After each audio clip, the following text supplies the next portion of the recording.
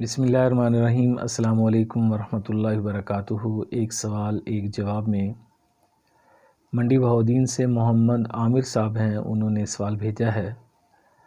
ان کا سوال یہ ہے کہ انہیں بیماری ہے کہ ان کے پیشاب کے چھوٹے پیشاب کے قطرے جو ہیں وہ مسلسل ان کے جاری رہتے ہیں اور وہ کافی عرصے سے اس بیماری میں مبتلا ہیں، تو آیا ایسی صورت میں وہ ان کے لیے روزے کا کیا حکم ہے؟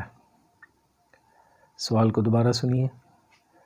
محمد عامر صاحب یہ کہتے ہیں کہ مجھے ایسی بیماری ہے جس سے مجھے پیشاب کے قطرے جو ہیں وہ بہت زیادہ مقدار میں آتے ہیں، تو ایسے میں میرے لیے روزے کا کیا حکم ہے؟ تو اس کا جواب یہ ہے کہ یہ جو بیماری ہے اس بیماری سے روزے کا کوئی تعلق نہیں ہے۔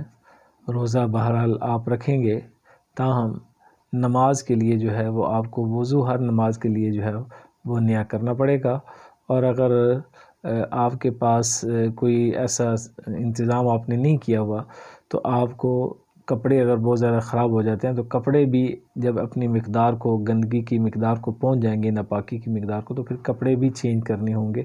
ہر نماز کے ساتھ وضو بھی جو ہے وہ الگ کریں۔ روزے کا اس کے ساتھ کوئی تعلق نہیں ہے، روزہ بہر صورت آپ نے رکھنا ہے، روزہ اس صورت میں معاف نہیں ہے۔ السلام علیکم ورحمۃ اللہ وبرکاتہ۔